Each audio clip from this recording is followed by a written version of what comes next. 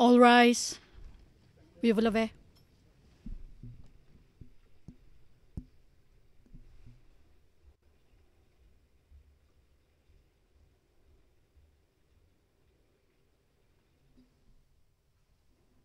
Please be seated. Veuillez vous asseoir.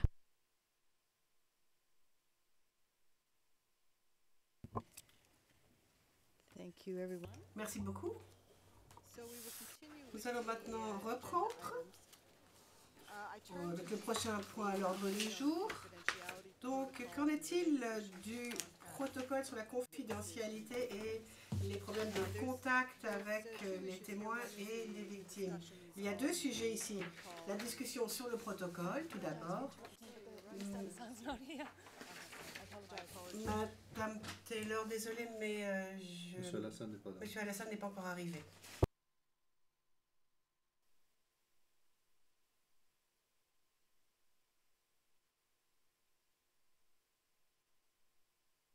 My apologies, we should have waited, I know. Président, désolé, j'aurais dû attendre que Monsieur Alassane soit avec nous au prétoire. Donc, nous passons au point 5. Bilan du protocole de confidentialité et les questions de contact avec témoins et victimes. Il y a deux questions. Là, tout d'abord, le protocole sur la confidentialité et le point afférent. Et puis une proposition plus précise de la part des LRV. Et j'aimerais bien que l'on traite ces questions de façon séparée. Donc j'aimerais que l'on parle rapidement déjà de la question du protocole double, de la question du statut double, se prendre interprète, et de la confidentialité. Parce que là, c'est important. Et je ne voudrais pas que la Chambre ait à suivre les modifications sur toutes sortes de documents. Donc, en revanche, j'ai bon espoir que l'accusation et la défense se mettent d'accord. Je sais bien compris, il y avait des discussions hier. J'ai cru comprendre que l'accusation l'avait dit. Donc, j'aimerais vraiment que vous trouviez un accord entre vous.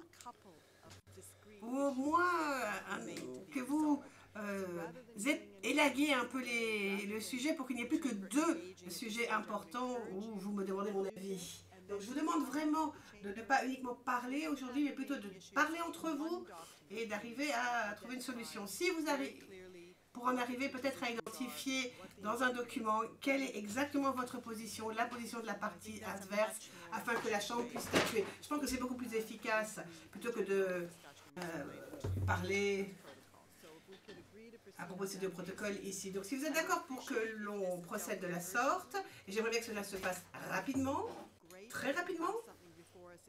Quand je dis rapidement, c'est la fin de la semaine prochaine, parce que c'est quand même un sujet extrêmement urgent qui a un impact sur les enquêtes. Donc je vous encourage vraiment à trouver un accord à l'amiable, dans la mesure du possible. Et maintenant, je passe au point suivant. Point soulevé par le LRV.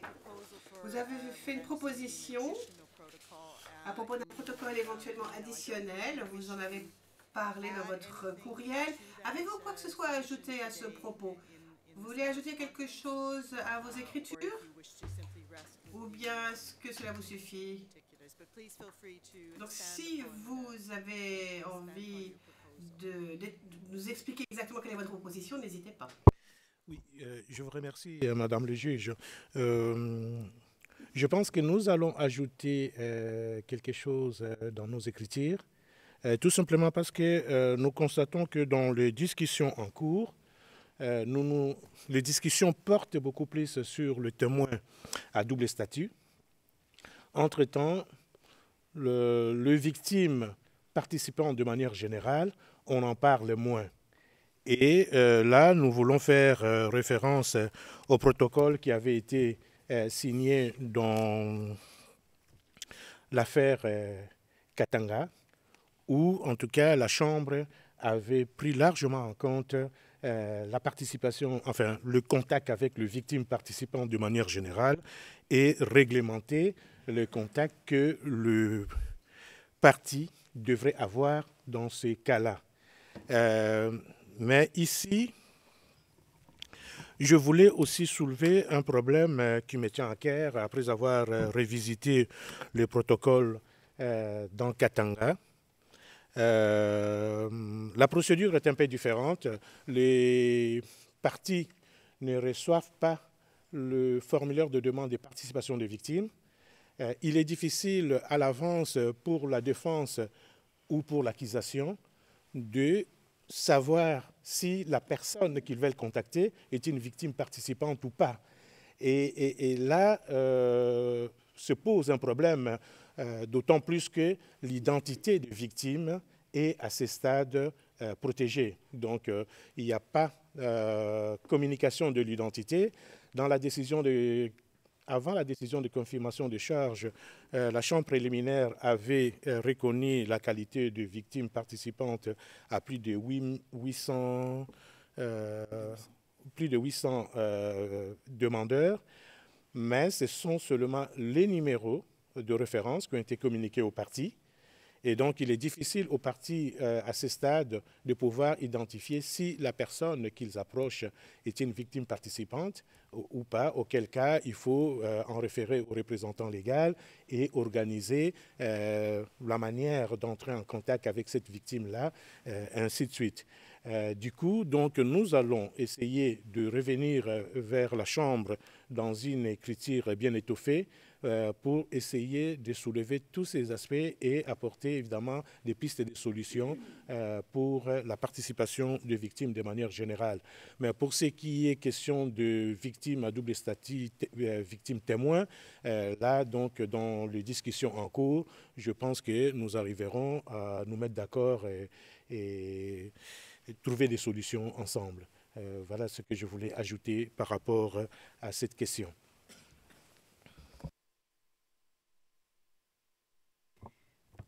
Well, merci beaucoup pour votre soumission.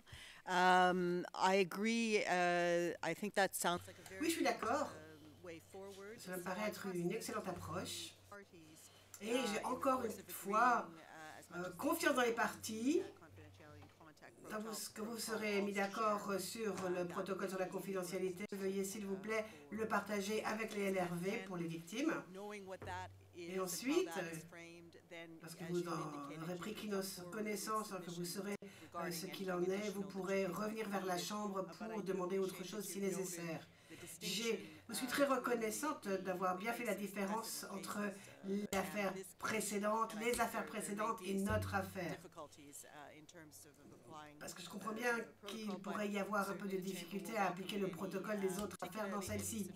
Mais sachez que la Chambre souhaite recevoir des solutions, des propositions qui proposent des solutions surtout. Donc, on poursuit de la sorte, donc essayez tout d'abord de vous mettre d'accord sur le protocole de confidentialité et ensuite on ira de l'avant. En ce qui concerne donc ces victimes qui ont un statut double. Donc, je pense que ce point est traité. Passons au point suivant. Des éclaircissements en ce qui concerne la liste provisoire des témoins de l'accusation. Donc, je crois que la défense a soulevé une question en ce qui concerne le statut des individus qui n'étaient pas sur cette liste provisoire qui a été déposée le 31 janvier. Maître Taylor, vous avez quelque chose à ajouter, Maître Taylor? Oui. Ceci, bien sûr, est parfaitement lié avec le protocole sur la confidentialité et les contacts. Et nous considérons donc que ces sujets doivent être résolus rapidement. Nous considérons donc que nous devrions avoir le droit d'initier le contact avec... Alors, je ne sais pas si on peut en parler aujourd'hui ou si on devrait attendre peut-être un peu plus tard, avant d'attendre à avoir le protocole, par exemple, le juge président. Donc, si j'ai bien compris votre problème, ce sont les individus qui ne sont pas sur la liste à l'heure actuelle. Alors, et pour savoir si, une fois qu'on a le protocole sur le contact, savoir s'il est applicable à ces personnes-là. On peut essayer d'en parler, peut-être. Qu'en pense l'accusation? Oui, Madame la Juge, ma collègue Diane Luping va donner des explications sur ce point.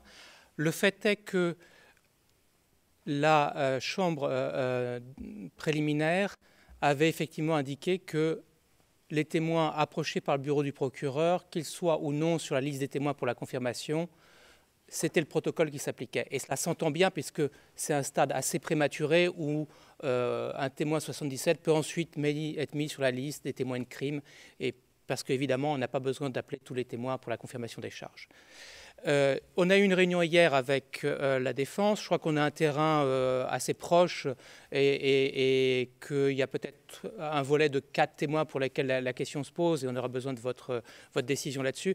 Mais je crois que les positions ne sont pas très, très éloignées et je donne la parole à ma collègue Diane Lupin qui va développer cela. Je vous remercie. Thank you, Your Honour. Merci.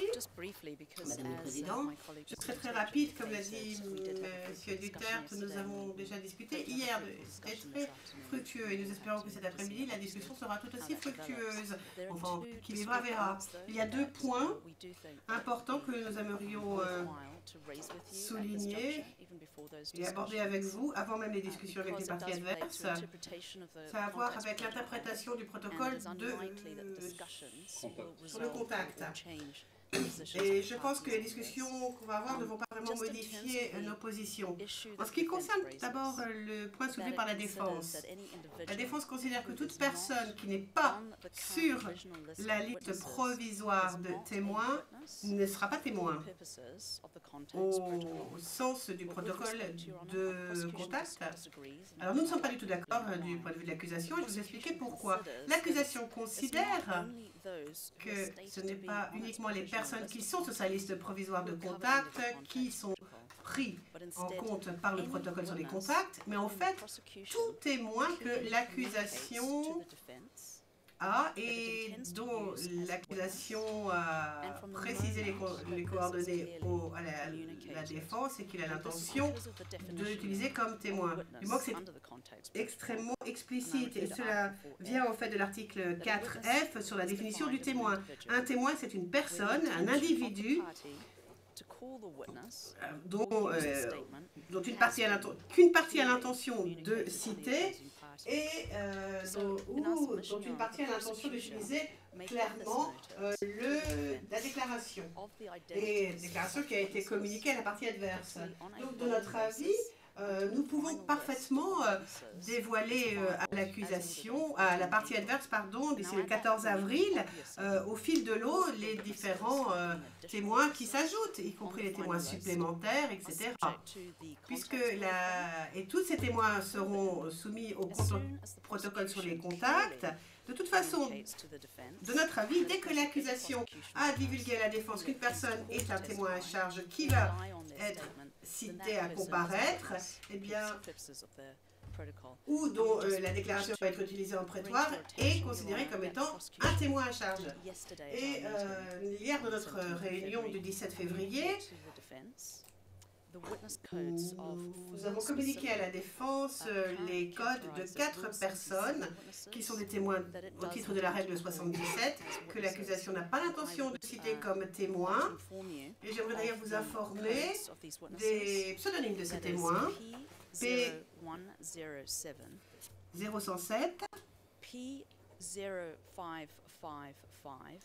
P0555,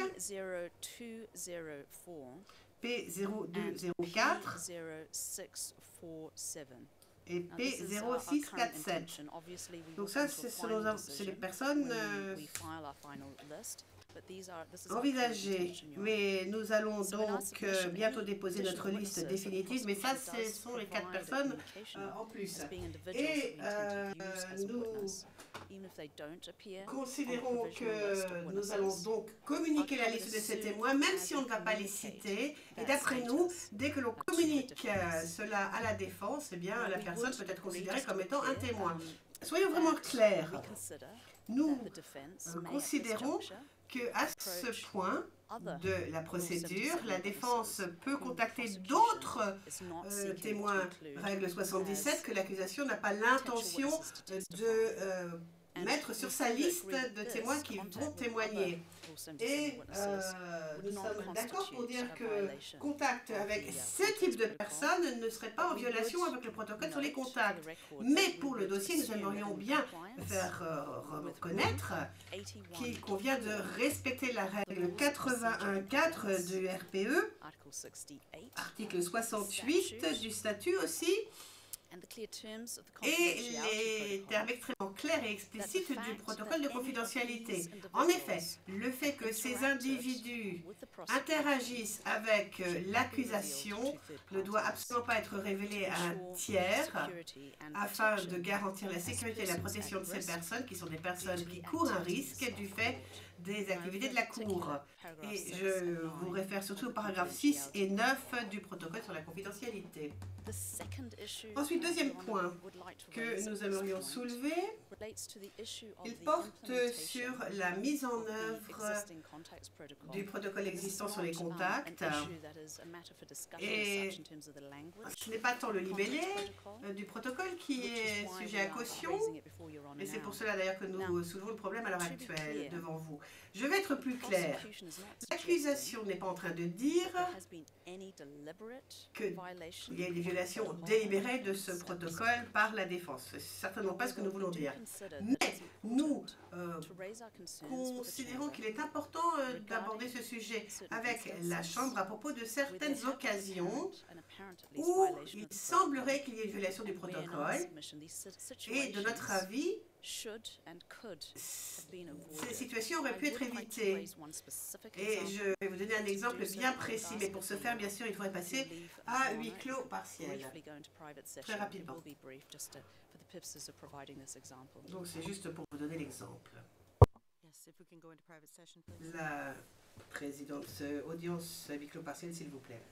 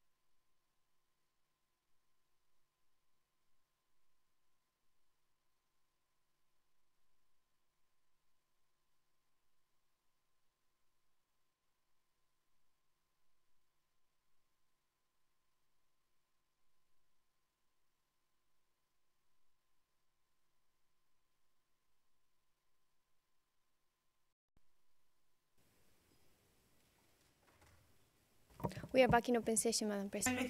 Nous sommes en audience publique, Madame la Présidente. La Présidente, poursuivez. Mais soyez concise quand même. Et j'aimerais bien que la discussion n'aborde que les points importants de l'ordre du jour. Donc, pour votre aparté, soyez rapide, s'il vous plaît. Madame Loping, merci. On vous a donné un exemple et c'était pour vous prouver la chose suivante. Bon, la défense ne partage pas le nom de tous ces défenses, de tous les témoins à charge avec sa personne ressource, mais Ils peuvent quand même... Il serait bon quand même que la personne ressource revienne vers le siège ici pour que le conseil l'autorise à avoir des contacts ou pas avec la personne qui est un témoin à charge à la base quand même. Nous ne considérons pas qu'il n'y ait pas eu de violation du protocole si un membre de l'équipe n'a pas été informé du statut du témoin. Parce que si cela est le cas, il pourrait y avoir encore des contacts, soi-disant par négligence, mais nous pensons qu'il devrait y avoir un système pour éviter cela. Parce que les témoins de l'accusation ont besoin d'être protégés, il est évident que la défense a besoin de faire des enquêtes, donc il faut trouver une solution où, par exemple, la personne ressource ne peut pas contacter qui que ce soit avant de demander l'autorisation ici au siège, au Conseil de la Défense. Je vous réfère au paragraphe 5 du protocole qui donne les obligations et du paragraphe 27 qui donne aussi les obligations qui peuvent intervenir. Obligations qui sont déclenchées à partir du moment où nous communiquons ces noms à la partie adverse. Voilà, c'est tout ce que j'avais à dire. Madame Prost, merci beaucoup.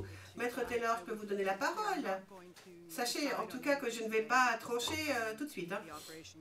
En ce qui concerne le fonctionnement de ce protocole ou la résolution des conflits dont vient de me parler. Maintenant, je suis au courant en tout cas. Et sur le deuxième point, je suis sûre que tous les arguments de l'accusation ont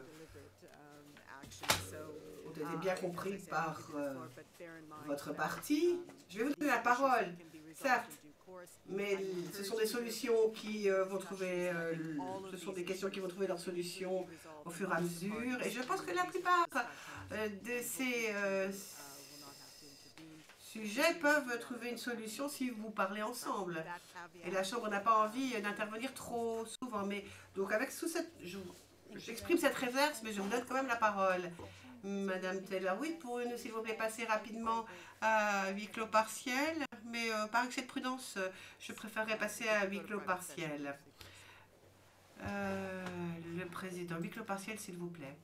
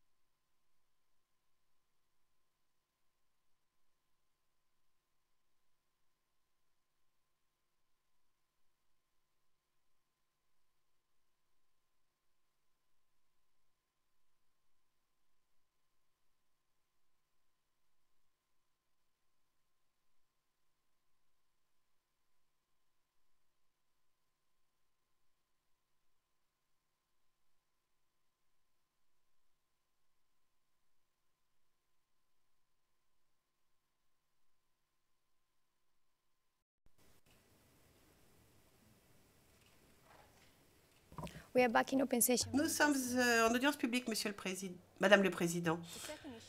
Deuxième souci, il s'agit de la définition du témoin. Et nous avons eu des discussions extrêmement constructives avec l'accusation hier. Mais j'en parlerai un peu différemment. Au cours de ces discussions, l'accusation, à notre demande, nous a bien indiqué qu'il y avait 4 personnes qu'il pourrait éventuellement citer comme témoins. Éventuellement. Donc, en ce qui concerne le protocole de contact, ces 4 personnes ne sont pas vraiment des témoins, puisqu'on a l'intention de les appeler témoins, mais on n'est pas sûr. Et l'une des personnes a d'ailleurs fait une déclaration qui a été communiquée comme étant PEXO, donc à des charges. Et à des charges potentielles. Hein, et cela n'a pas été mis dans le dossier au titre d'un témoin règle 76. Donc, premièrement, il faudrait déjà traduire le document, ensuite nous le communiquer, et nous le communiquer de façon non ambiguë. Par exemple, par amendement à leur liste de témoins, tout simplement. Ça, c'est une solution. Et tout ce qu'on demande, en fait, c'est l'application de la jurisprudence d'ici. Dans Gbagbo, dans Ongwen, la définition d'un témoin a été discutée à l'envi. Et c'était toujours l'accusation qui insistait qu'il fallait définir cette notion de témoin de façon très étroite. Sinon, on parlait sans cesse du sexe des anges et ça ne servait plus à rien. Donc, et même au début de cette affaire, c'est l'accusation qui avait demandé à la chambre préliminaire d'adopter une définition de témoin telle qu'elle avait été formulée dans l'affaire Gbagbo. Alors, on me demande d'expliquer pourquoi. Lorsque je leur ai demandé pourquoi ils avaient fait ça, ils m'ont dit sinon, rien n'est clair pour la partie adverse. La partie adverse ne sait pas si c'est un témoin qui va être cité ou non. Et ça, c'était la position de l'accusation en l'espèce. Et nous considérons que c'est une position correcte, équitable, qui permet un procès rapide et équitable. Ces individus doivent rester... On ne peut pas dire que ces individus restent dans les limbes en attendant que l'accusation décide si oui ou non ils vont les citer. Non, nous avons besoin d'une stratégie cohérente depuis le début de l'affaire. Alors l'accusation semble dire qu'elle a l'intention éventuellement d'amender sa liste et éventuellement de mettre ces 4 personnes sur une liste et ainsi pourraient être traités comme étant des témoins. Règle 76. Nous demandons aussi à la Chambre d'adopter, enfin, de leur demander de faire quelque chose. On ne peut pas les laisser comme ça dans un statut inconnu où ils sont ou ne sont pas témoins. Voilà notre position. Nous voudrions avoir un peu de certitude. Et nous pensons que notre demande est parfaitement en ligne avec la jurisprudence de l'affaire. Donc,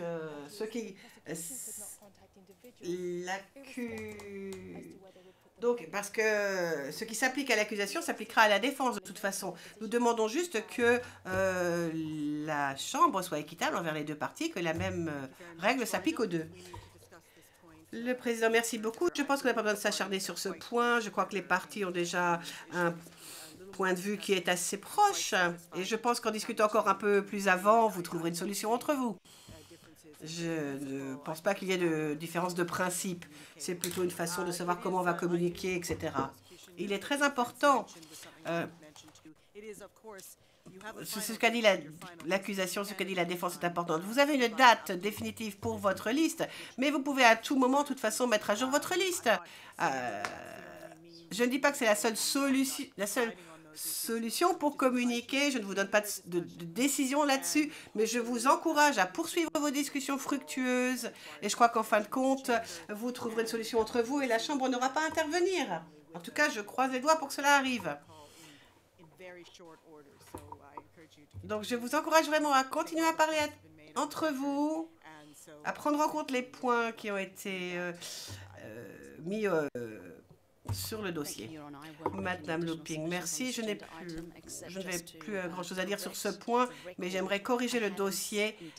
J'avais en effet dit que la personne ressource ne savait pas. Et cela n'a pas été pris correctement par les sténotypistes. Donc, mais j'aimerais bien que cela soit au dossier. J'avais bien dit qu'il ne savait pas, qu'il n'était pas au courant. Le président, très bien. Maintenant, passons au point suivant. Les obligations de communication de l'accusation et le bilan. J'aimerais savoir ce qu'il en est de la part de l'accusation. Dites-moi un peu où vous en êtes de vos communications à la partie adverse. Merci. Merci Madame la juge. Je récupère le présentoir.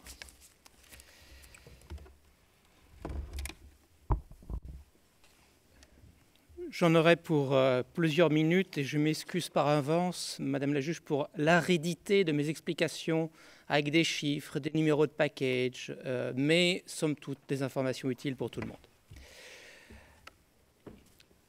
Depuis la dernière conférence de mise en état,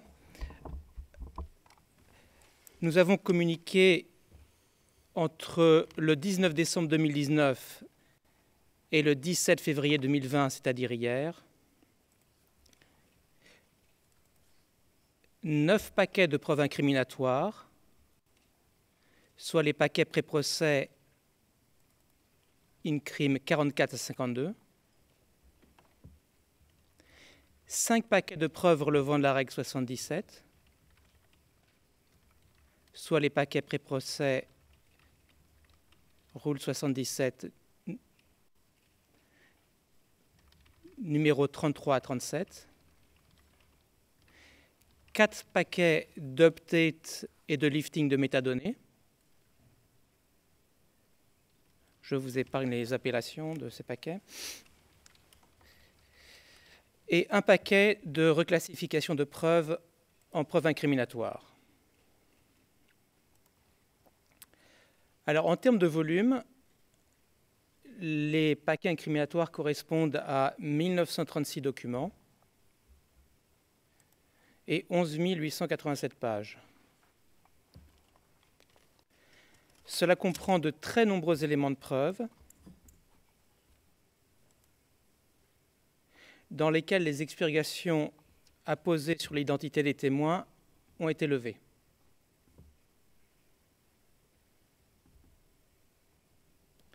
Je prends par exemple le paquet du 13 janvier 2020 concernant le témoin P626. 58 documents, 945 pages, sans expurgation de l'identité du témoin. Mais nous avons également recommuniqué P537, sans expurgation d'identité, P582, P65, et j'en passe. Les paquets règle 77 correspondent à 624 documents et à plus de 3700 pages. Et là encore avec de nombreux témoins dont l'identité a été communiquée à la défense. P581, P583, P589, P592, P593.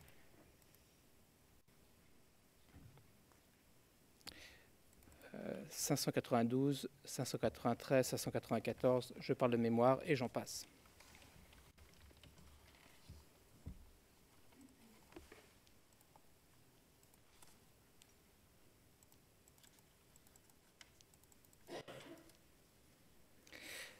Les autres paquets, c'est-à-dire les paquets dédiés aux métadonnées, correspondent à 3980 documents.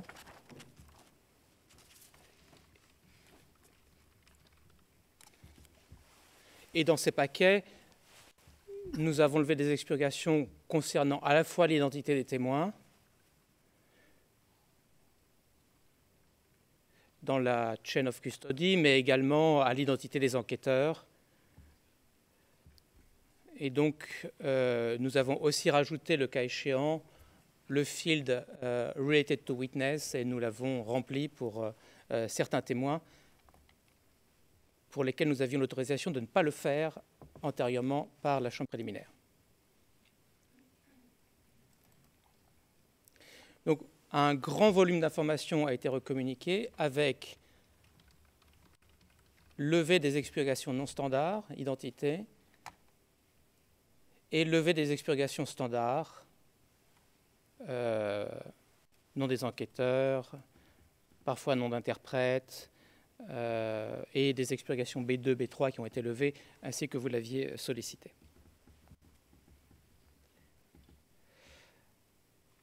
Maintenant, en termes de communication de l'identité des témoins à charge, je cherche à donner une vision claire de la situation à laquelle on est aujourd'hui. Et je me base sur l'annexe A au filing 572, qui était la liste provisoire des témoins telle que communiquée le 31 janvier 2020. Cette liste comptait 78 témoins. Non, 78. Sur ces 78 témoins, 78, l'accusation a d'ores et déjà communiqué l'identité de 60 témoins à la défense. Je vois que c'est un travail commun avec l'interprétation. Donc 60 témoins sur les 78 dont l'identité est d'ores et déjà connue par la défense. Il y a en plus 7 témoins pour lesquels l'identité sera communiquée dans les délais les plus favorables.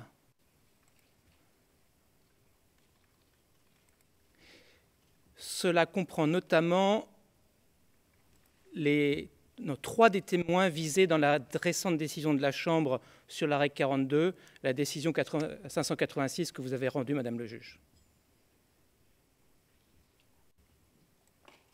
Donc cela fait un total de 67 témoins sur 78 pour lesquels la défense aura l'identité au plus tard le 10 mars.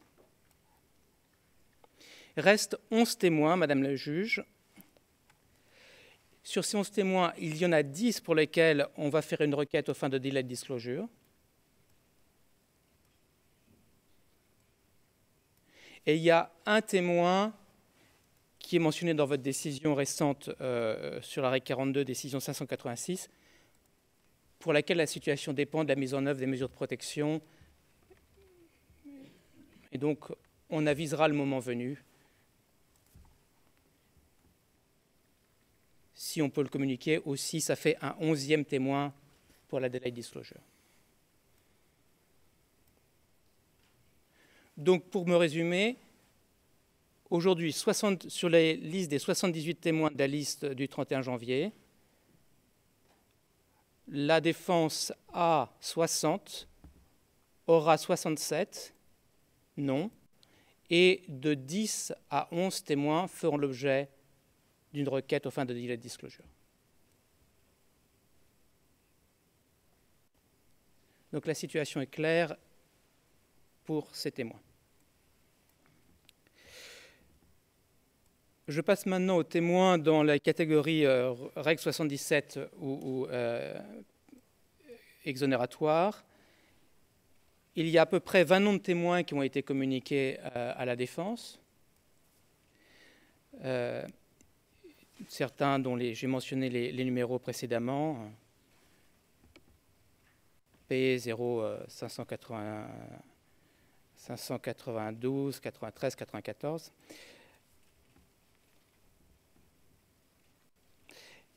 Et le reste est toujours en train d'être revu. Et donc on fait ça dans les délais les plus rapides. Maintenant, sachant qu'il y en a qui relèvent de la règle 42, mais c'est un point sur lequel je reviendrai peut-être en fin d'audience avec votre permission, Madame la juge.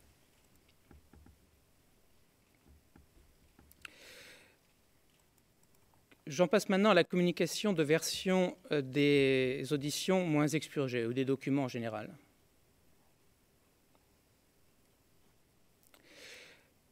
Pour les témoins dont l'identité a été donnée récemment et qui étaient expurgés antérieurement, les déclarations sont évidemment, c'est une tautologie moins expurgée, mais ça ne concerne pas simplement l'identité qui est donnée, c'est aussi les expurgations standards A4, B2, B3 qui ont été levées. Et je donne pour exemple le témoin P582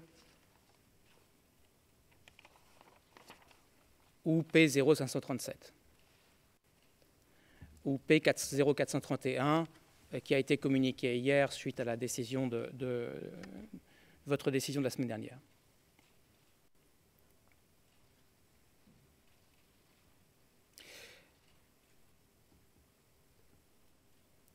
Pour les témoins dont l'identité était déjà connue, nous avons déjà pour partie procédé à des redivulgations avec moins d'expurgation. Et c'est le cas pour un certain nombre de témoins, comme le témoin P0150, P0007, P0125, P0610, P622, P623, P642, and so on. Pour les éventuels nouveaux témoins qu'on mettrait sur la liste, nous n'envisageons pas à ce stade de requête aux fins d'expurgation, donc l'identité sera communiquée directement à la défense.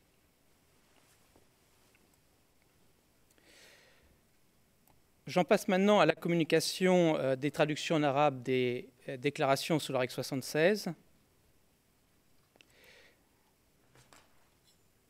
76. Il y a des témoins pour lesquels la langue comprise par l'accusé est déjà dans la déclaration et donc c'est déjà accessible. Et des versions moins expurgées ont pu, le cas échéant, être communiquées. Il y a d'autres témoins pour lesquels la traduction en arabe a été communiquée, d'ores et déjà, comme P0524 ou P431, P524 et P431.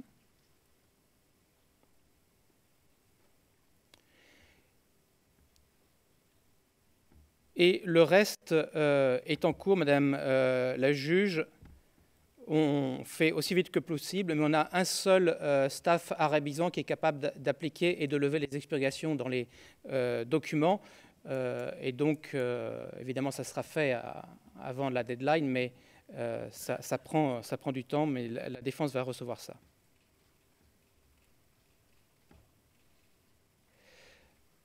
Sachant qu'à ce stade, il y a toujours pour un certain nombre de témoins uniquement des draft translations en arabe. C'est dû à des questions de ressources et des questions de finances, mais on fait tout notre possible pour obtenir les versions finales dans lesquelles on va devoir réappliquer les expurgations qui doivent rester, notamment B2, membres de la famille, éventuellement. Je passe enfin aux demandes de participation des victimes à double statut. On a envoyé nos propositions d'expurgation sur les demandes de participation des victimes à double statut en toute fin de semaine dernière aux représentants légaux des victimes. Ça ne concerne que 3 individus à ce stade. Donc on attend le retour des représentants légaux. C'est vrai que c'est très récent notre envoi, mais on espère qu'on pourra avoir une réponse bientôt et communiquer cela à la défense dans les meilleurs délais.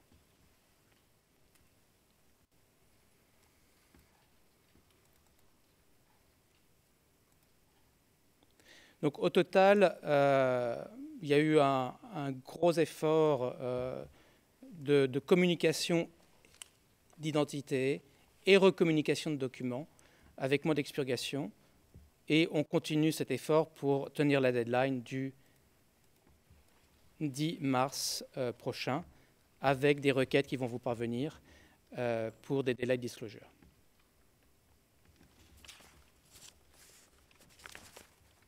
Je vous remercie, Madame le juge.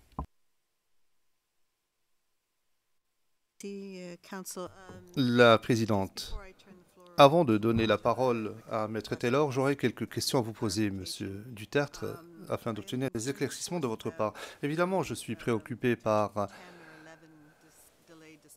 les requêtes potentiellement reportées s'agissant de 10 ou 11 témoins.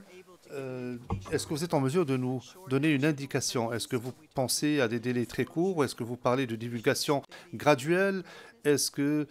Comment est-ce que vous entendez Parce que le délai, l'échéance est très courte, car la défense doit pouvoir se préparer en vue du procès. Jusqu'à une période de quelques mois avant leur date effective de témoignage et pas avant le début du procès. Donc, rolling disclosure. La présidente, merci pour cette précision. Nous examinerons donc les requêtes lorsque celles-ci seront déposées. S'agissant des témoins règle 77, vous dites que vous êtes en train d'examiner d'autres témoins potentiels. Est-ce que vous êtes en mesure de nous donner un ordre d'idée? Combien de témoins? Si vous en êtes capable maintenant.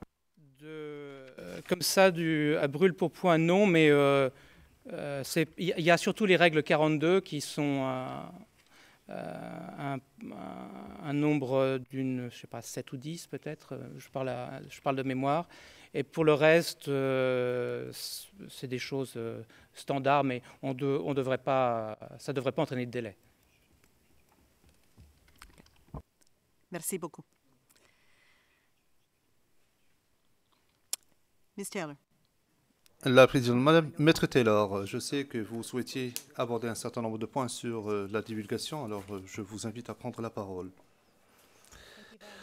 Maître Taylor, merci beaucoup, Madame la Présidente. Après avoir entendu les observations de mon contradicteur, je suis toujours inquiète. Je vois que nous sommes encore loin de notre objectif.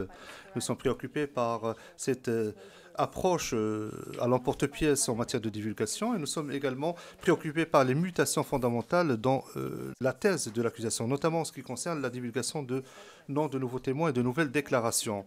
Nous avons reçu la liste provisoire de témoins de l'accusation et d'après la liste, l'accusation a l'intention de se fonder sur la déposition de 25 nouveaux témoins, ce qui n'était pas le cas lors de la confirmation des charges.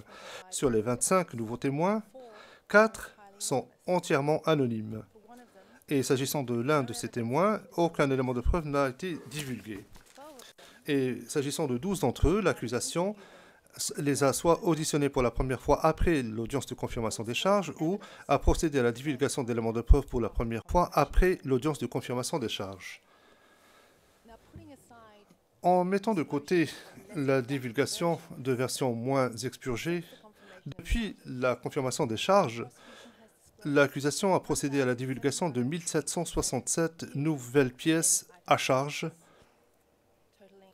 pour un total de 7268 pages d'éléments de preuve. À la fin du stade de la confirmation, le nombre de pièces se situe autour de 9000, ce qui veut dire qu'il y a eu une augmentation d'environ 20% au cours des derniers mois, uniquement. Nous aimerions dire à quel point nous sommes préoccupés par cela.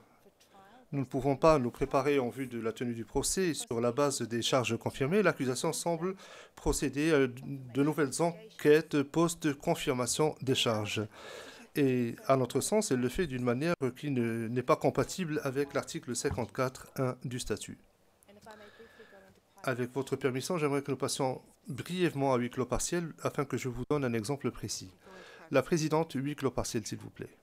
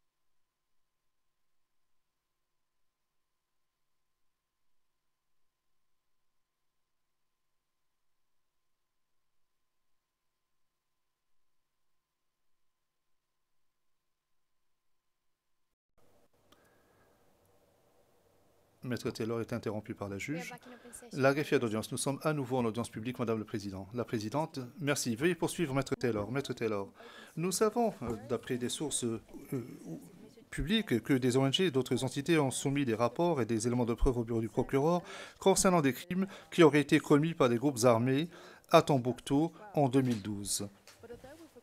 Mais même si nous avons demandé à ce que ces informations nous soient communiquées, et nous l'avons fait à maintes reprises, nous ne l'avons toujours pas reçue. Or, c'est une question fondamentale car elle concerne l'identification d'auteurs éventuels et cela se rapporte directement aux charges. L'accusation a également adopté une approche à l'emporte-pièce s'agissant de la divulgation d'informations concernant certaines personnes. Je préférais donc ne pas qualifier les personnes, je dirais juste certaines personnes. J'espère que cela est clair. Vous savez à quoi je fais référence. Nous obtenons des informations concernant ces personnes au compte-gouttes, et ce qui nous empêche de finaliser notre analyse ou d'explorer des éléments d'information concernant ces témoins. Par exemple, s'agissant de certaines personnes, nous obtenons un rapport médical, mais pas un autre, alors que nous avons besoin d'avoir accès au dossier médical au complet pour pouvoir solliciter les services d'un expert. Pour ce qui est des marches à suivre, eh bien, nous dépendons de l'accusation qui doit établir une priorité, mais nous aimerions qu'il nous communique le dossier complet des témoins. Sinon, nous devons commencer et recommencer le travail s'agissant de chaque témoin. Or, nous ne pouvons pas faire d'analyse efficace dans ces conditions-là. S'agissant des informations potentiellement à décharge, nous n'avons pas reçu de pièces à décharge au cours des 2 derniers mois. La dernière pièce que nous avons reçue est une écriture déposée par le Fonds au profit des victimes. L'accusation a également converti des pièces à décharge en pièces à charge. C'est le cas du P136. Nous n'avons pas non plus reçu de version moins expurgée de ces pièces à décharge. Par conséquent, et je parle uniquement de pièces à décharge, pour le témoin P107, la seule chose que nous avons reçue, c'est un résumé en un paragraphe, sans contact, sans coordonnées, rien.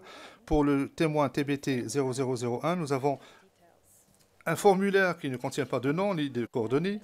Pour le P005, nous avons des notes d'enquêteurs avec 2 phrases, pas de nom, pas de coordonnées non plus. Alors, non seulement nous ne recevons pas de nouvelles pièces à décharge, mais nous ne pouvons même pas utiliser efficacement les informations qui nous ont été communiquées. Et cela, donc, n'est pas compatible avec l'article 54. Il ne suffit pas de nous fournir des informations qui ne sont pas utilement exploitables. Et si nous ne pouvons pas prendre contact avec ces personnes pour des raisons relatives à la sécurité ou la protection, eh bien, il faudra peut-être envisager des mesures compensatoires. En conséquence, nous proposons qu'à ce stade, vu le stade avancé de la procédure, que l'accusation contacte ces personnes pour savoir si elles sont disposées à discuter avec la défense. Si elles refusent de le faire, s'il n'y a pas d'autre mécanisme envisageable, il faudra alors trouver une solution, un recours quelconque pour compenser le fait que nous ne pouvons pas avoir accès à ces personnes ni utiliser ces sources d'informations à décharge. Outre cette question, il semblerait que nous n'ayons pas de pièces à décharge parce que à cause de l'interprétation restreinte que fait l'accusation de ses obligations en matière de divulgation de pièces à décharge. Je vous donne quelques exemples. Le premier concerne des informations relatives à des personnes, celles que j'ai nommées précédemment. Madame le juge, vous avez déjà confirmé les catégories d'informations visées par la procédure de divulgation à la défense, au titre de la règle 77 ou l'article 67.2. Donc, si l'accusation dispose de ces informations, elle doit la communiquer. Or, elle ne le fait pas. On nous remet des notes d'enquêteurs. Et dans les notes d'enquêteurs, ces notes ont été rédigées en 2019, soit après le début de la procédure. Donc, ce ne sont pas des notes qui ont été prises à l'époque des faits. Elles ne contiennent pas non plus des détails clés. Par exemple, dans plusieurs de ces notes, on peut lire que la personne a dit X sans indiquer la date à laquelle telle personne aurait dit telle chose. On ne nous indique pas non plus le lieu où cela a été dit, ce qui est crucial pour que nous puissions savoir à quel moment cela a été dit et où se trouvait la personne à ce moment-là. Nous devons également pouvoir avoir accès à l'interaction. Nous devons savoir comment la personne s'est exprimée, comment elle a exprimé ses préoccupations, ou quel genre comment elle a exprimé ses préoccupations, quelle a été la réponse ou la réaction de l'accusation lorsque ces préoccupations ont été soulevées. Nous devons disposer des éléments de preuve dans leur forme originale. Et les notes d'enquêteurs ne sont pas suffisantes. Elles n'ont pas de valeur probante, étant donné que l'accusation refuse de nous autoriser à interroger leurs enquêteurs. Et comme vous avez déjà tranché sur cette question et que cette information tombe sous le coup de la règle 77 et de l'article 67.2, étant donné que la Chambre d'appel dans l'affaire Ntaganda a confirmé le fait que même si ces informations tombent sous le coup de la règle 67, elle peut néanmoins être divulguée si elle contient des informations qui tombent sous le coup de la règle 77 ou l'article 67.2. Vu la décision Ongwen qui figure sur notre liste, qui précise que les informations en règle 76 doivent être divulguées dans leur totalité et non pas en copie conforme, il incombe par conséquent à l'accusation de procéder à la divulgation de ces informations, puisque la divulgation est la règle et la non-divulgation est l'exception. Ce n'est pas à nous qu'il appartient de débattre et de redébattre de questions qui ont déjà été tranchées par vous. Puisque la décision a déjà été prise, si l'accusation refuse de procéder à une divulgation, eh bien c'est à elle qu'il incombe de retourner vers le juge unique pour se justifier. Ce n'est pas à nous d'utiliser des ressources qui sont déjà limitées. Il y a également une question qui concerne le fait que, dans bien des cas, lorsque nous écrivons à l'accusation pour demander la divulgation de pièces précises, nous avons reçu une réponse indiquant que l'accusation doit se conformer aux obligations en matière de divulgation ou qu'elle a divulgué tout ce qui est divulgable. Or, le problème, c'est que cette réponse ne nous indique pas si l'information qui est sollicitée est entre les mains de l'accusation. Et sans disposer de cette réponse claire, il est difficile pour nous de saisir la Chambre. Lorsque l'accusation dispose d'une telle information, à tout le moins, elle devrait confirmer l'existence de cette information ou qu'elle est en sa possession, sans procéder pour autant à sa divulgation parce que cela ne fait pas partie des obligations en matière de divulgation qui lui sont faites. Cela a un impact sur les enquêtes, donc nous ne pouvons saisir la Chambre que lorsque cela est nécessaire, mais nous ne pouvons pas vous saisir de questions hypothétiques parce que nous essayons simplement d'interpréter, de déchiffrer, décoder le message de l'accusation. Nous sommes tout à fait prêts à échanger inter partes, mais il faut que la correspondance soit claire et qu'elle soit axée sur la facilitation du processus de divulgation et non pas à créer des retards excessifs. Je vous remercie. La présidente, je vous remercie, Maître Taylor. Monsieur Duterte, est-ce que vous souhaitez répondre? Et je vous demanderai de vous en tenir à des questions où l'on pourra trouver une solution, plutôt que de nous donner des réponses générales, surtout sur les derniers points qui viennent d'être soulevés par Maître Taylor, c'est-à-dire les questions qui tombent sous le coup de décision ou si la question de confirmer que vous avez en votre possession des informations qui pourraient être intéressantes. J'aimerais savoir ce que vous en pensez, mais je vous demanderai de vous en tenir à ce qui pourra nous aider à progresser. Madame la juge, mais c'est vrai que j'ai entendu aussi un grand nombre de généralités, et les généralités sont toujours d'une certaine manière peu informatives, pour ne pas dire parfois misleading. Non que ça soit l'intention, mais loin de là, mais une généralité donne toujours une impression un peu vague. Sur la question, j'aurais beaucoup de choses à dire sur ce qui a été longuement développé, mais je vais me concentrer sur les deux derniers aspects, Madame la juge, à votre demande.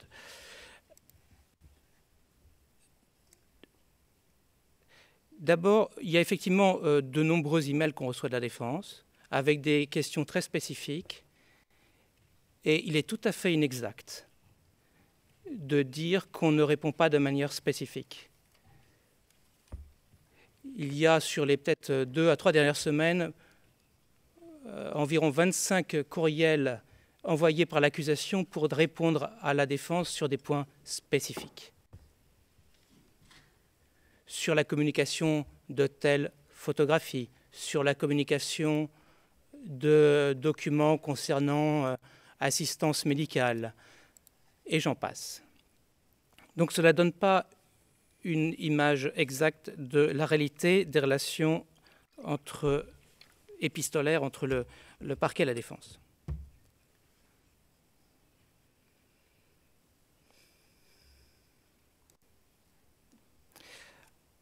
Alors, il y a des fois, par ailleurs, où on confirme effectivement qu'on n'a pas ce type de document.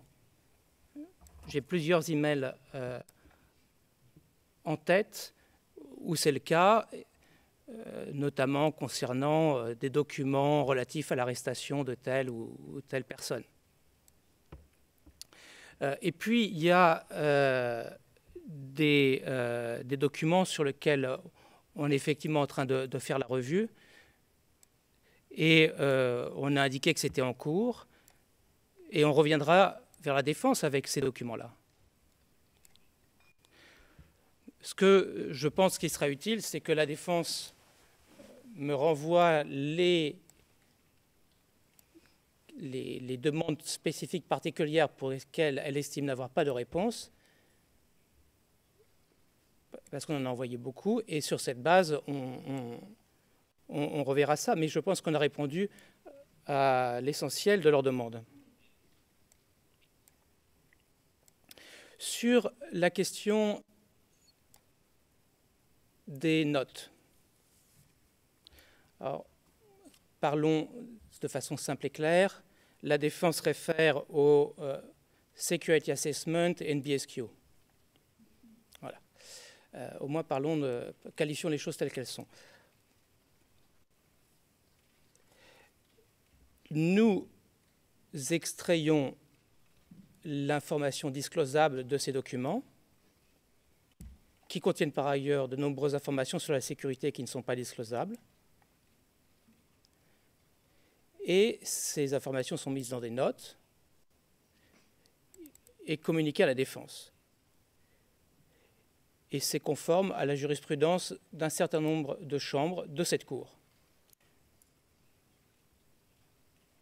Maintenant, si la défense veut challenger cette pratique, je l'invite à éventuellement saisir la chambre d'un filing. On pourra développer cette question de manière technique. Et je crois l'avoir déjà invité à le faire il y a quelque temps.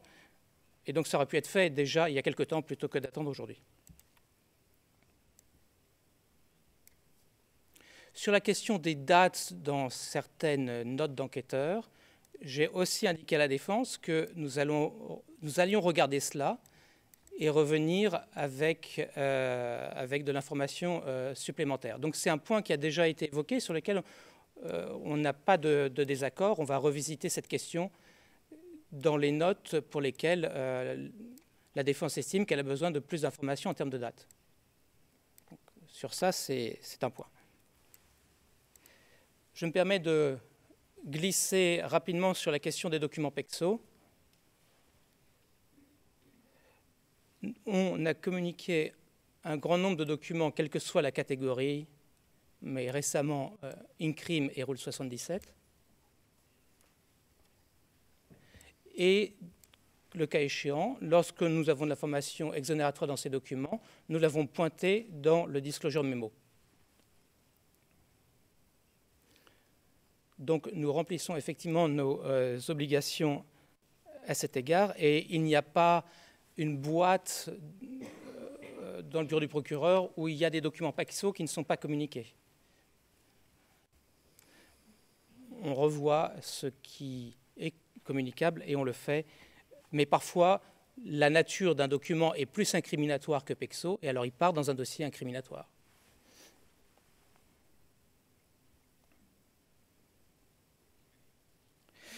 J'en termine là sur ces points. J'aurais beaucoup d'autres choses à dire sur ce qui a été mentionné, sur la question du mutation du cas. Je ne vois pas très bien à quoi la défense fait allusion. Mais je veux garder les choses concises, comme vous le souhaitez, Madame la juge, et j'espère avoir fourni des informations qui pouvaient être utiles.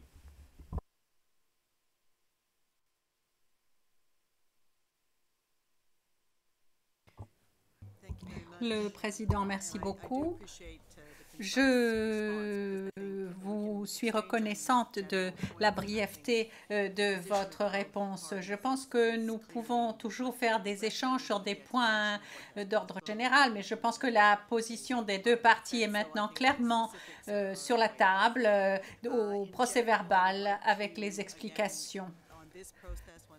Et que les détails sont quand même très utiles. D'une manière générale, j'aimerais que vous continuiez à discuter entre parties de ces questions, en particulier lorsqu'il y a des problèmes qui se posent. Apparemment, c'est la pratique. Je vous invite donc à continuer à discuter entre vous, à essayer de résoudre ces problèmes. Bien entendu, s'il y a des problèmes spécifiques, alors il faut les amener devant la Chambre. Alors, un commentaire sur quelques points pour donner quelques orientations générales. Je comprends ce que vous avez dit, Maître Taylor. Lorsque vous posez des questions spécifiques, vous souhaitez des réponses précises. Et cela veut dire que vous avez choisi cela comme étant la priorité et comme étant urgent.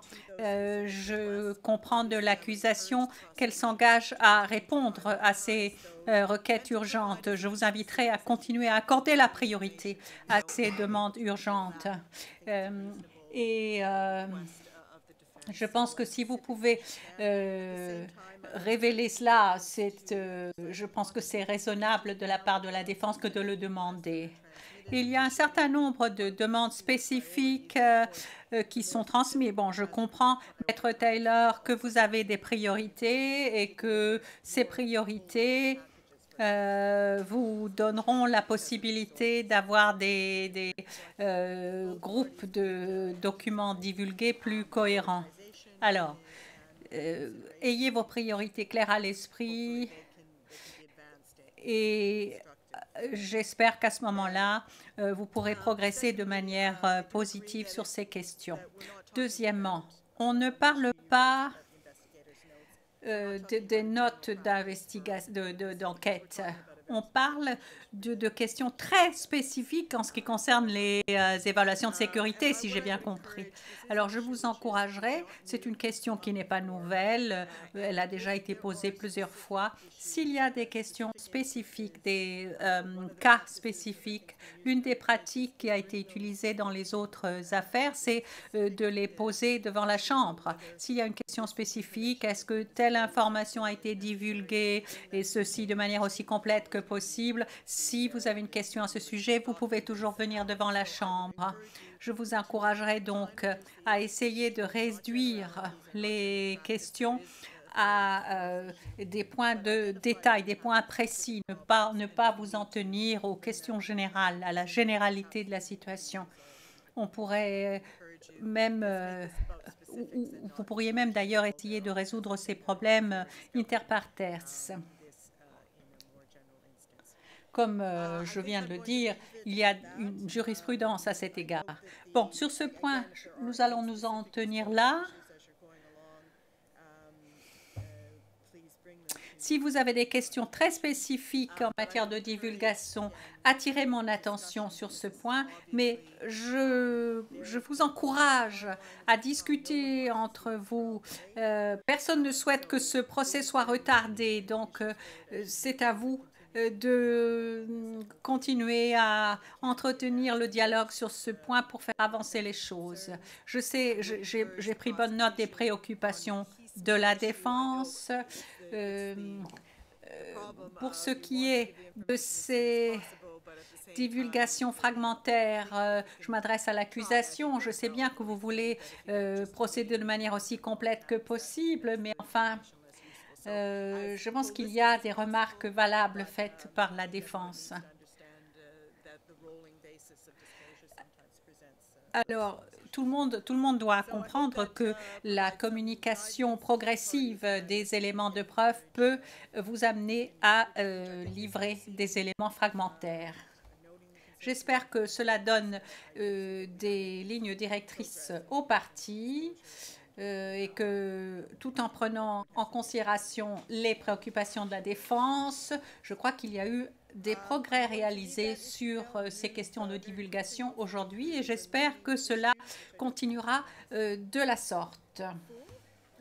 Bien. Point suivant, la notification de la défense, règles 79 et 80. L'accusation a soulevé cette question. Oui, je vous en prie.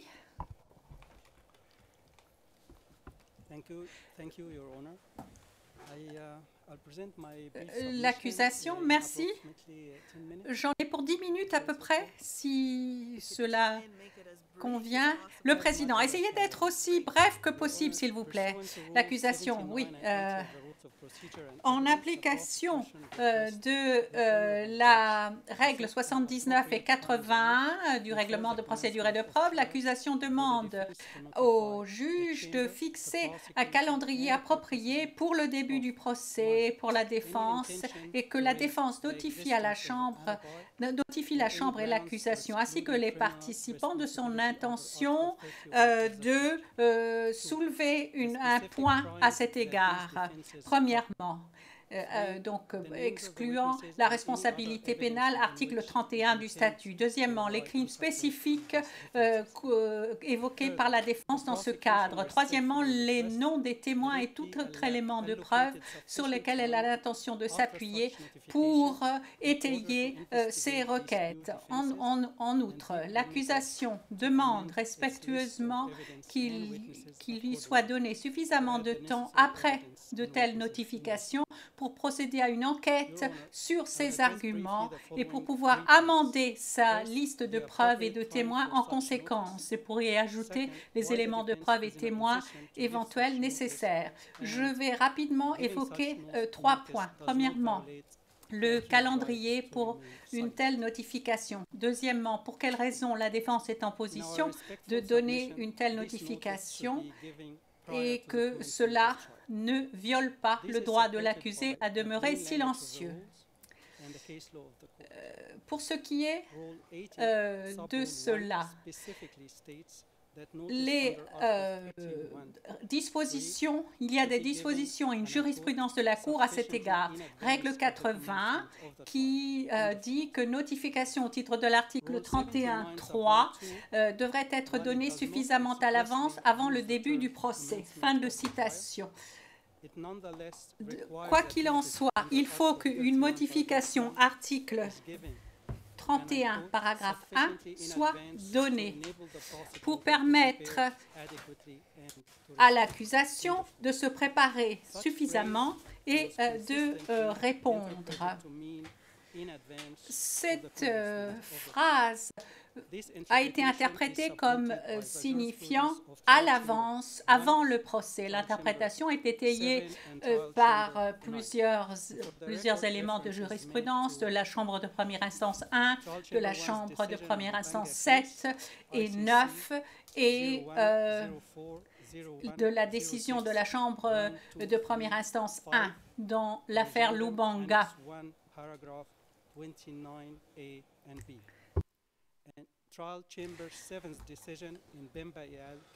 ICC 0104 0106 1235, corrigendum annexe 1, paragraphe 29A et B. La Chambre de première instance 7 et sa décision dans l'affaire Bemba et consorts, paragraphe 8, et la décision de la Chambre de première instance 9 dans l'affaire Ongwen, ICC 0204 01 15 460, paragraphe 8.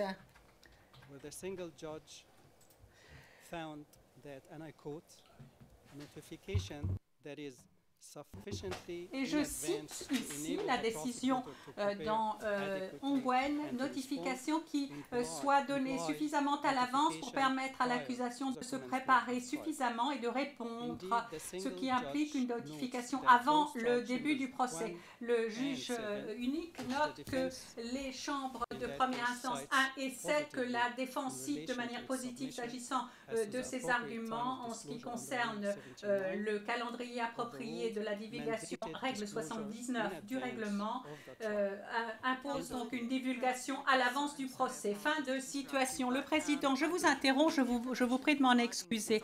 L'information que vous fournissez est tout à fait utile, certes, pour la Chambre, et c'est une question extrêmement importante. Je me demande cependant s'il ne vaudrait pas mieux Et si cela ne nous permettrait pas d'économiser du temps, que d'envoyer cela par écrit, de nous déposer une écriture à ce sujet. Je comprends que ce sont des informations très utiles pour la Chambre, qui vont en profondeur, mais pour que nous allions plus vite, et si l'accusation en était d'accord, je pense que toute la préparation que vous avez faite, d'ailleurs, sera tout à fait utile, puisque vous pourrez la verser dans cette écriture. Le président. L'accusation, oui, tout à fait, Madame le juge. Nous sommes entre vos mains. Le juge président, sur cette base, je vais laisser les réactions à ce sujet à des écritures. Le juge, Maître Taylor, est-ce que je peux dire quelque chose à ce sujet, le juge président? Tout à fait, Maître Taylor.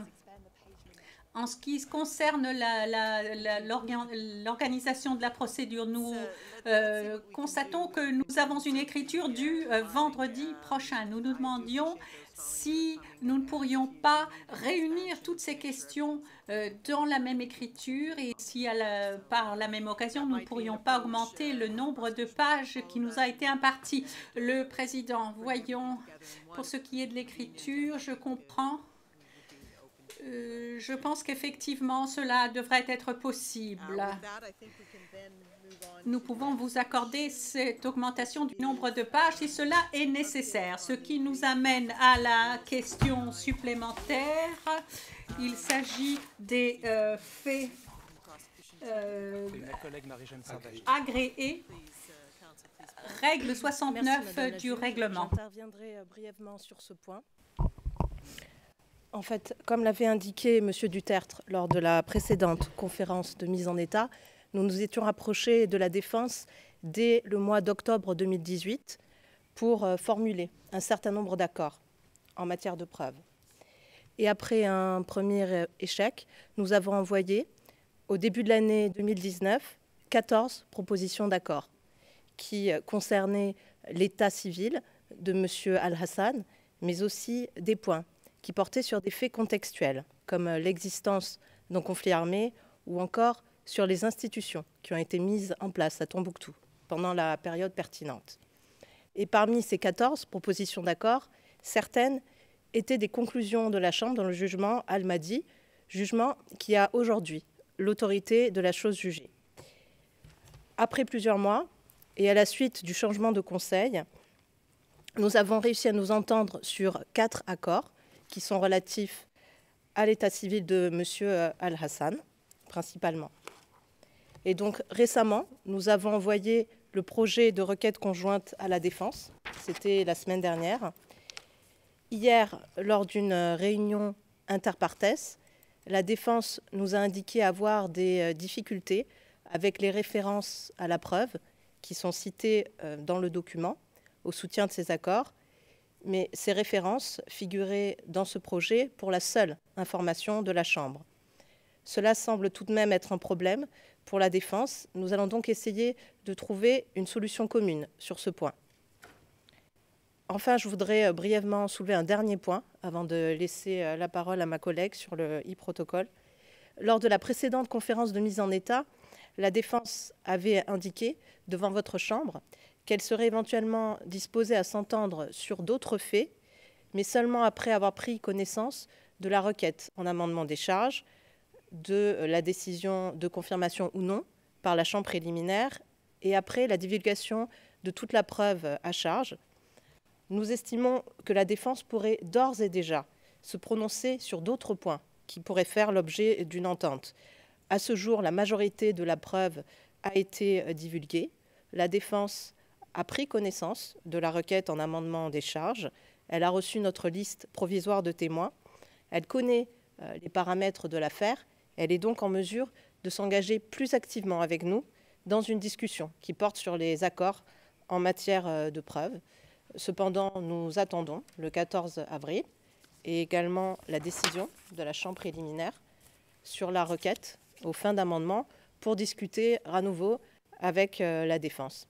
Après cette date, et en cas de désaccord, nous n'excluons pas de déposer une requête sur le fondement de l'article 69.6 du statut pour vous demander de constater judiciairement certaines des conclusions de la Chambre dans l'affaire Al-Mahdi, et ce pour des raisons d'économie judiciaire, d'efficacité, mais aussi de cohérence entre les jugements, et donc dans l'intérêt de la justice.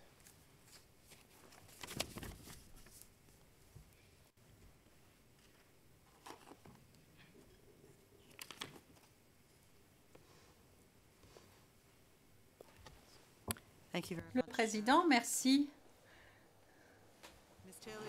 Maître Taylor, vous avez des commentaires ou quelqu'un de votre équipe souhaite s'exprimer sur cette question? Très brièvement, sur les 4 faits sur lesquels, effectivement, on s'est presque entendu, il reste une technicalité sur la source de l'information. Effectivement, nous avons soulevé que nous n'acceptons ni l'admissibilité ni la validité de cette source. Donc, mais c'est un point purement technique sur lequel nous pourrons discuter davantage avec le bureau du procureur. Je ne crois pas qu'il y ait de grandes difficultés. On va y arriver. Pour ce qui est de s'entendre sur des faits supplémentaires, on pense que dans l'état actuel des choses, c'est encore prématuré. On n'a toujours pas la décision sur l'amendement des charges. On n'a même pas déposé notre réponse. On reçoit encore de la preuve, énormément de preuves et de preuves moins expurgées constamment sur une base hebdomadaire. Il faudra prendre le temps de réviser toute cette preuve, de bien l'analyser et éventuellement, effectivement, on pourrait peut-être s'entendre sur d'autres faits. Comme je vous dis, pour le moment, c'est un peu prématuré, mais on reste en contact avec l'accusation pour s'entendre éventuellement sur d'autres faits. Finalement, l'accusation nous annonce qu'elle entend déposer une requête en constat judiciaire. On y répondra quand elle sera déposée, effectivement. Merci.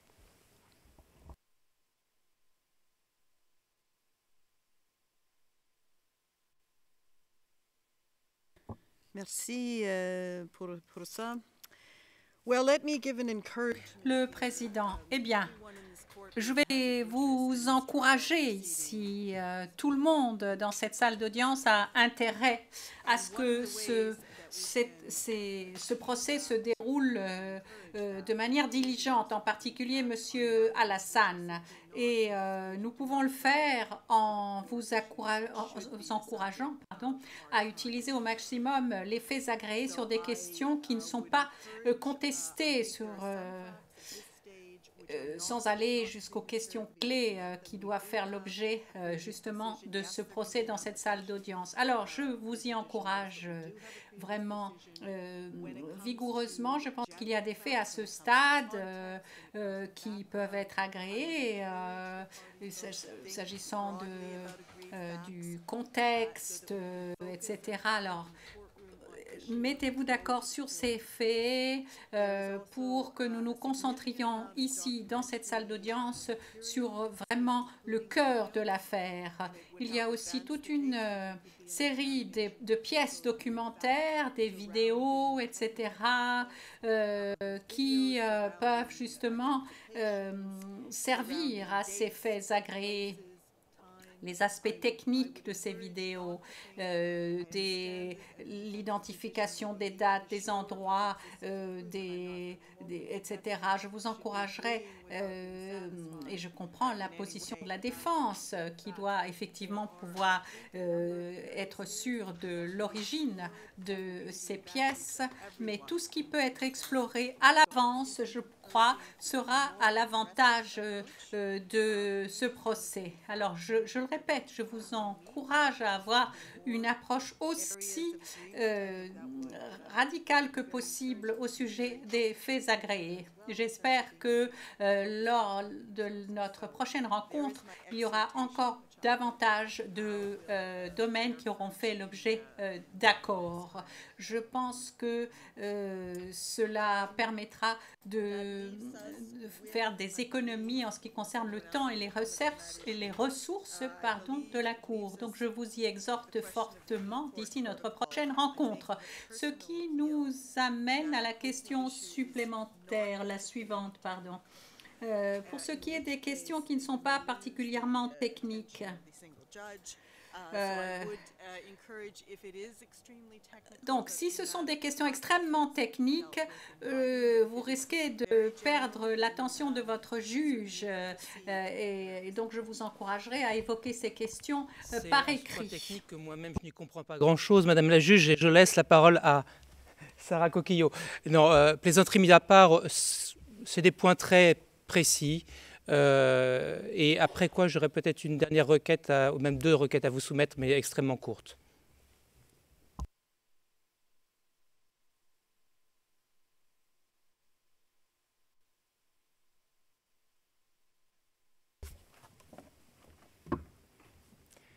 All right, that's quite a challenge, Your Honor.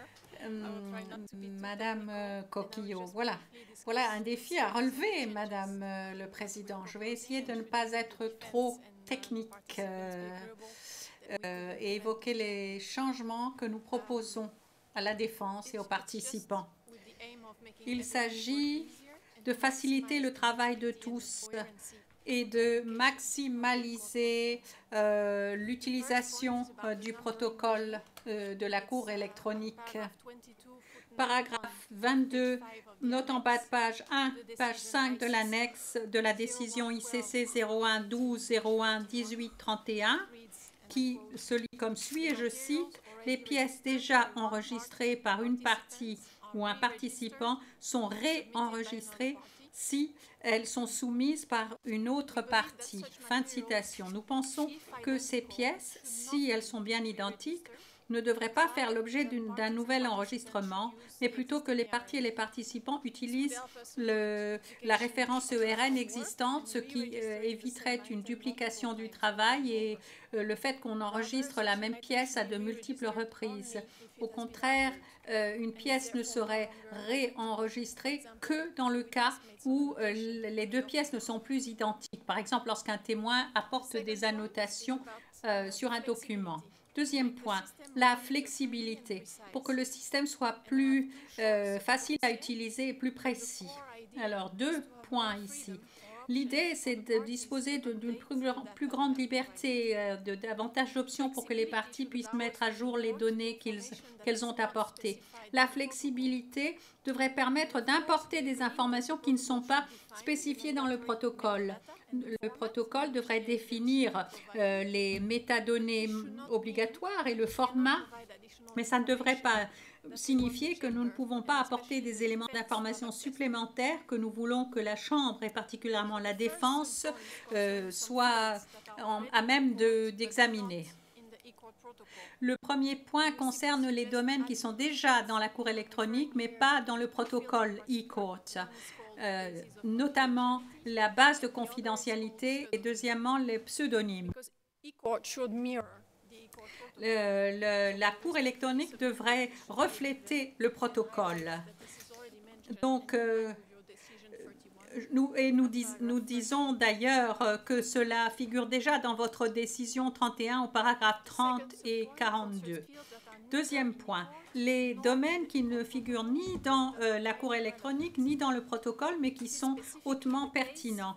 C'est particulièrement le cas pour ce qu'on appelle, et je suis désolée pour le caractère technique de la terminologie, les données de transaction et le chemin d'accès. Il s'agit des audios, des photographies et des vidéos qui vous donnent des éléments d'information précieux sur les pièces.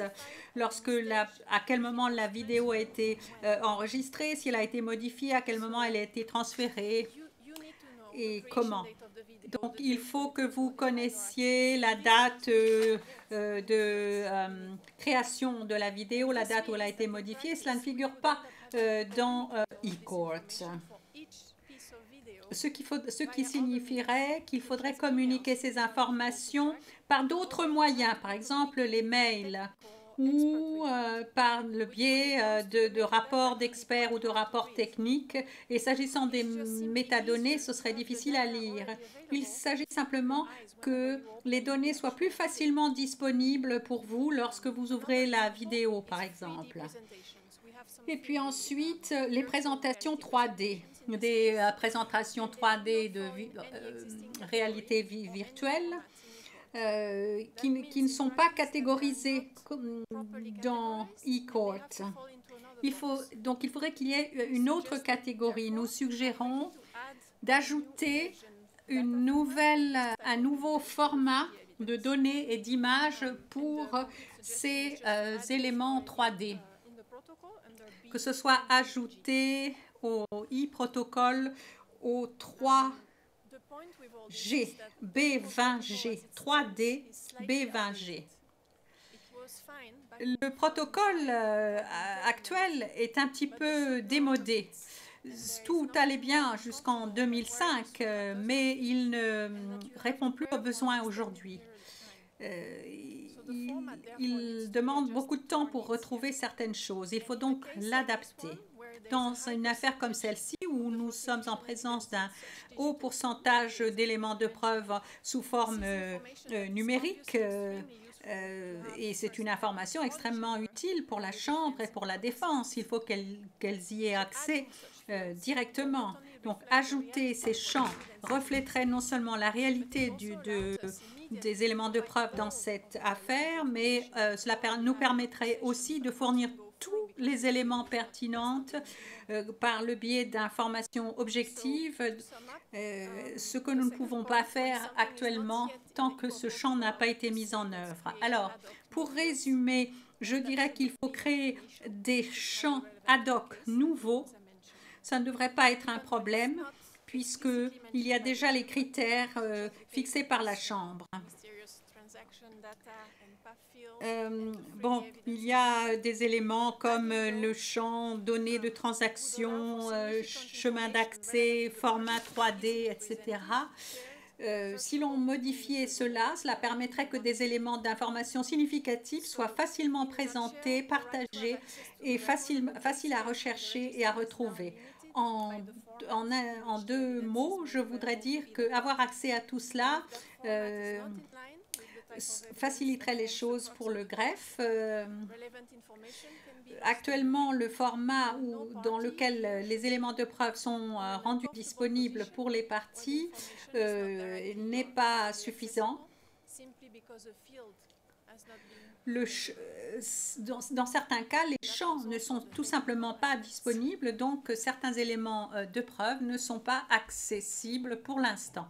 Voilà donc ce que je voulais dire au sujet de ces aspects techniques, le juge. Merci beaucoup, merci. Je dirais que vous nous avez rendu cela tout à fait compréhensible. Merci beaucoup. J'ai une proposition pour la défense. À la suite de cela, plutôt que de vous demander des commentaires spécifiques sur ce point, vous pourriez peut-être en discuter inter partes et arriver à une solution s'il y avait des problèmes. Maître Taylor, est-ce que vous avez des commentaires spécifiques? Mais cela me semble une proposition raisonnable qui va à l'avantage de tous. Maître Taylor, merci beaucoup. Je pense que c'est une question qui pourrait être résolue aujourd'hui. S'agissant de la première proposition, nous n'avons pas d'objection. J'aimerais simplement préciser que cela ne s'applique que lorsqu'il s'agit de la même pièce utilisée. Par exemple, s'il s'agit de la même pièce provenant de différentes sources, eh bien à ce moment-là, elle devrait avoir une référence différente puisque la chaîne de possession sera différente. Mais s'il s'agit de la même pièce, eh bien non, nous n'avons pas d'objection. Pour ce qui est de la deuxième option, eh bien, aux propositions, je suis un peu perdu s'agissant des détails. Nous n'aimerions pas perdre la confidentialité ni le champ pseudonyme, par exemple. À part cela, nous n'avons pas d'objection. La présidente, c'est très utile, effectivement. Je ne sais pas si le greffe a quelque chose à dire sur cette question. Étant donné qu'il semble y avoir un accord, je pense qu'un protocole pourrait être révisé pour y apporter les changements proposés. On le mettrait à la disposition des parties et la Chambre pourra l'approuver en tant que protocole amendé. Est-ce que cela vous convient? Le greffe pourrait peut-être le faire en consultant les parties et proposer un protocole amendé. Est-ce que cela est acceptable? Cela semble être le cas. Je vois beaucoup de hochements de tête. Donc, Nous avons épuisé tous les points à l'ordre du jour. Est-ce que vous avez autre chose, Maître Taylor, Monsieur Dutertre? 2 points très rapides. Le premier point est nous devons déposer une version publique expurgée du filing 586 aujourd'hui. J'en profite pour demander l'autorisation de la Chambre de le faire après 4 heures. Nous avons été assez occupés aujourd'hui hier et nous n'avons pas pu encore y consacrer toute notre attention.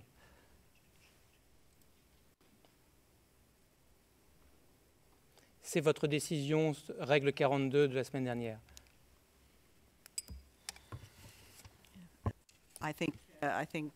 La présidente, je pense que c'est tout à fait acceptable. Le deuxième point que j'ai, Madame la juge, concerne la manière de procéder avec la règle 42.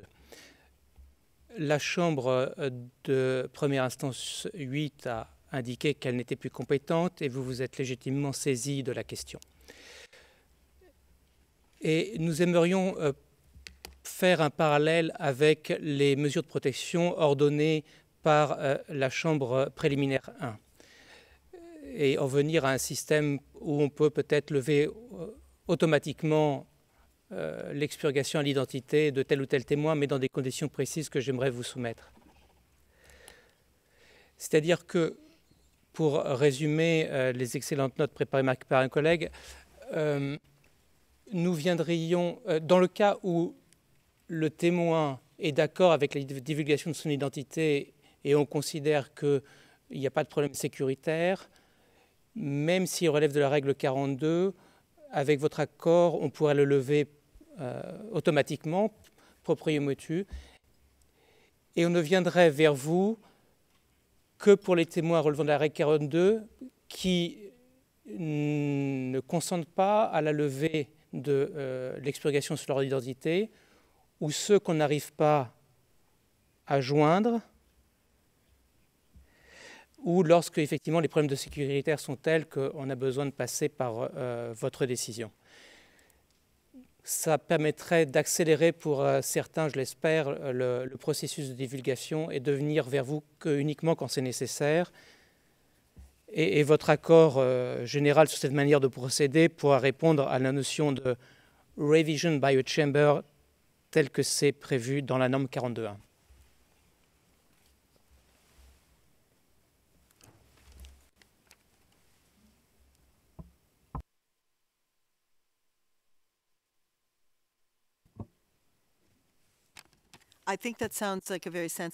Cela me paraît être une approche extrêmement raisonnable. Mais confirmez le processus en communiquant par email avec la Chambre, s'il vous plaît. Ainsi, on répondra et puis il y aura une trace écrite et tout sera clair. On mettra ça au dossier. Mais je pense que votre proposition est très bonne, surtout avec en ce qui concerne le consentement du témoin.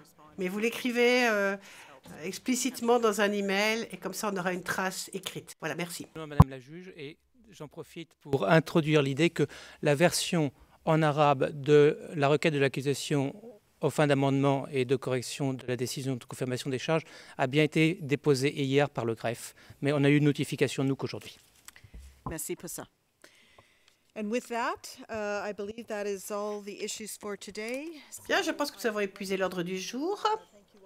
Je tiens à vous remercier tous d'être venus et d'avoir contribué de façon très fructueuse. Je tiens à remercier, comme d'habitude, nos interprètes pour le travail excellent qu'ils ont accompli, ainsi que les sténotypistes et les gardes.